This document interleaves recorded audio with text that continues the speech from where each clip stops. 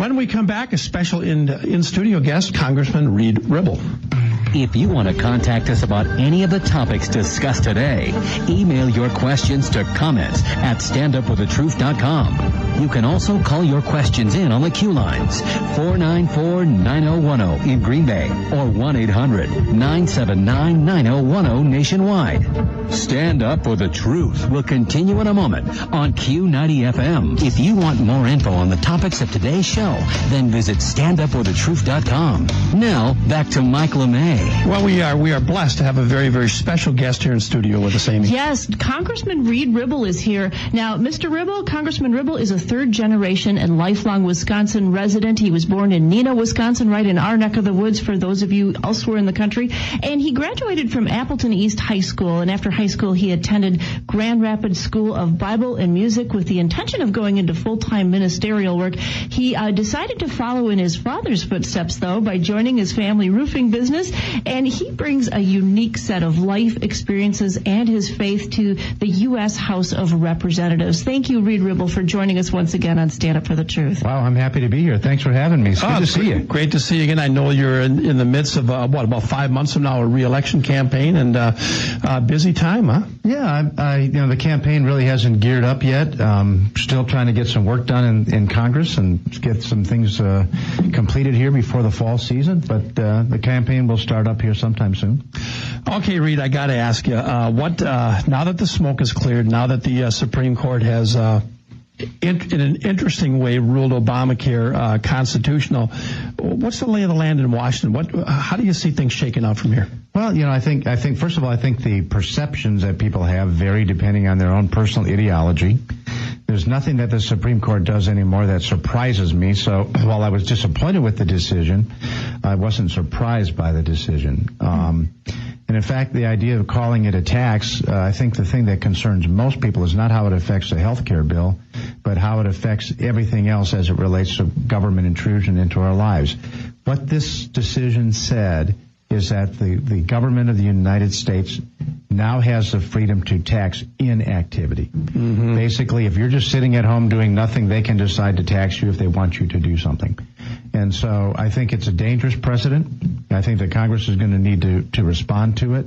I tweeted shortly after the decision was made that on the last Thursday of June 2012, the Supreme Court had their say.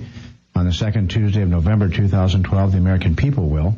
And this is how our system works. If the American people don't like what was done, then they will elect and put in place people in Congress and in the White House that will respond to their concerns.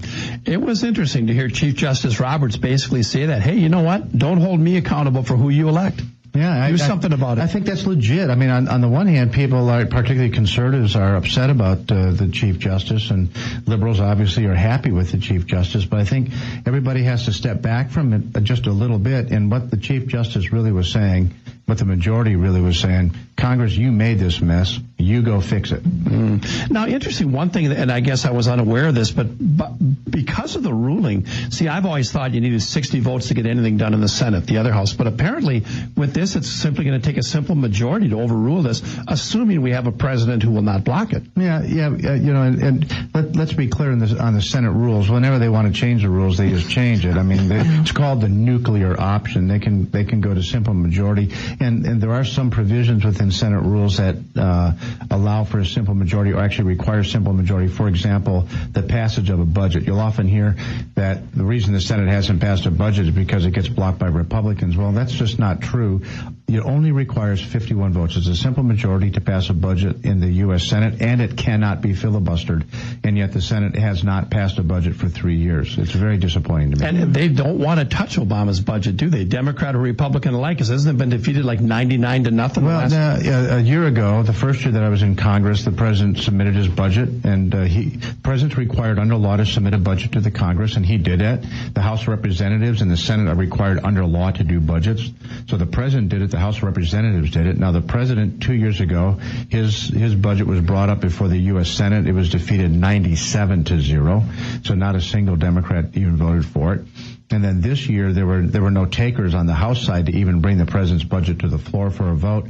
So one of the Republican members, a very good friend of mine from South Carolina by the name of Mick Mulvaney, he said, well, I'll go ahead and bring the president's budget up for a vote on the floor of the House. And he brought it up, sponsored the bill, and brought it up exactly as the president presented it.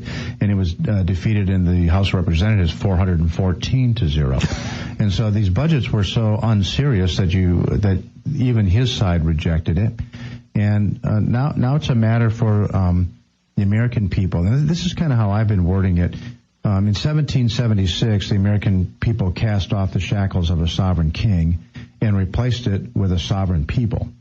And so this is what elections do. And in the fall, whatever the results are, the American people will stand up. I have way more confidence in the American voter than I do in the political class in Washington. I just do. Well said. Reid, and on that point, we hear calls for bipartisan compromise, and yet many view that it's almost like this gulf between Republicans and Democrats, that nothing seems to be getting done in Washington. Talk about that a little bit. I'm sure there's a lot of frustration of people out there that why doesn't Congress do something? Yeah, well, I think there's a couple reasons it doesn't do things, and one of them is that the founders established a system of government for us. And I think there was great wisdom in this, but it can be frustrating. They set up a system of government that requires the Congress to reach consensus. And they said doing nothing is superior than doing something without consensus. So as long as the people's representatives can come to agreement on something, the founders said go ahead and do that. If you can't come up with agreement, don't do that. And so in a system of our country is divided about 50-50 between left and right, and so the American people haven't quite come to an agreement on what they want. But there have been some things. We just passed a highway bill. Now, this has been a couple of years now since there's been an actual highway bill, and we just passed a highway bill. Hopefully we'll be able to pass a farm bill. And so there are places that we've been able to find that we could work together to move legislation forward. The president, I believe, will sign the highway bill that both chambers are moving over to him, and it can work. But in areas where it doesn't work, in many respects, it shouldn't work because we haven't reached consensus. All right, we're talking with Congressman Reid Ribble, talking about reflecting Christ in the public eye. And normally, we're not a political program here at Stand Up for the Truth, but we do talk about things that affect our faith and our walk with God, and we do bring politics in that lens. And we want to invite our listeners to call and comment. Ask Reid Ribble anything you would like. 1-800-979-9010. You can also email us at comments@standupforthetruth, or you can also go on our Facebook page. And Reid, would you mind if I put you on the spot and ask this question from one of our listeners? No, go ahead. All right. Michael wrote in and said, would you disagree or agree with the statement that the leadership and direction that America has taken is a judgment on her as a nation, and since they did not see fit to acknowledge God, God gave them up to a debased mind to do what ought not to be done, from Romans 1:28. Yeah, what do you think? Yeah, I'm not sure, but I will say this. I believe that through divine providence, God has placed people in authority in government at every level, and that God is involved in what is going on.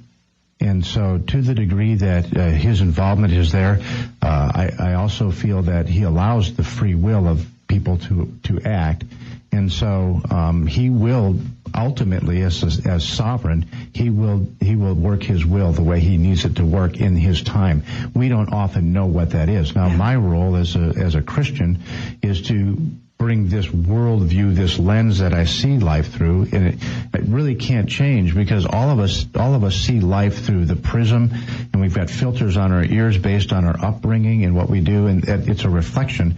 And I've tried to be very transparent and very candid with people about my Christian faith, and that it does play a role in how I view things. However, we do have a quote-unquote secular system of government that honors virtually all faiths, and I think that's really important to recognize that it's not freedom from religion, but we have a freedom to choose our religious faith as we choose to, and we do it in safety here in the United States. And it's a pillar and benchmark. And so I would defend the rights of of the Jewish rabbi and the Islamist imam, just like I would the Baptist minister or Catholic priest, to express their religious beliefs as they see it. All right, well, let's go to our phone lines. We've got Gary calling in. Gary, welcome to Stand Up for the Truth. Thanks so much. Great to hear from Reid Ribble, and great to listen in on your Stand Up for the Truth program daily. Reid, you were one phenomenal volleyball coach, no flattery intended, one of the best in the country when you were at East. He was, people. We went on a retreat together with our swim team and his volleyball team, and I spoke to his volleyball team and told them, you girls aren't getting the best deal here. My swimmers that I was privileged to coach, they were hearing from Coach Ribble. So just wanted to encourage you, Reid. Thanks for taking a stand on a daily basis for life and for marriage as God defines it. And you got my vote. I wish I had a ton of money to throw your way, but...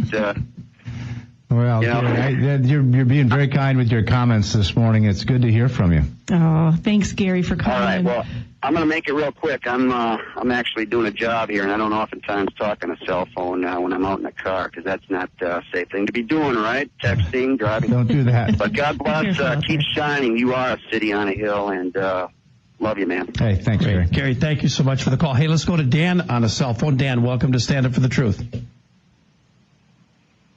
Dan? Hello? Hi, Dan. What's your question for Congressman Ribble?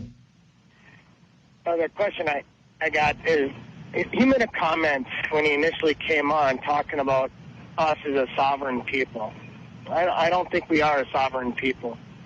I think when you're sold to sin, you're a slave to sin, and you'll act according to your own desires.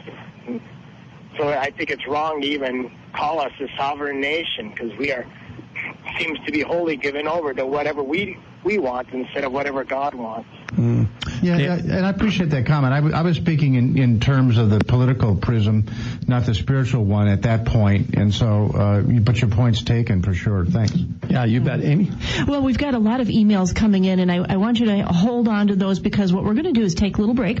And when we come back, we're going to have more with Congressman Reid Ribble. We'll be right back.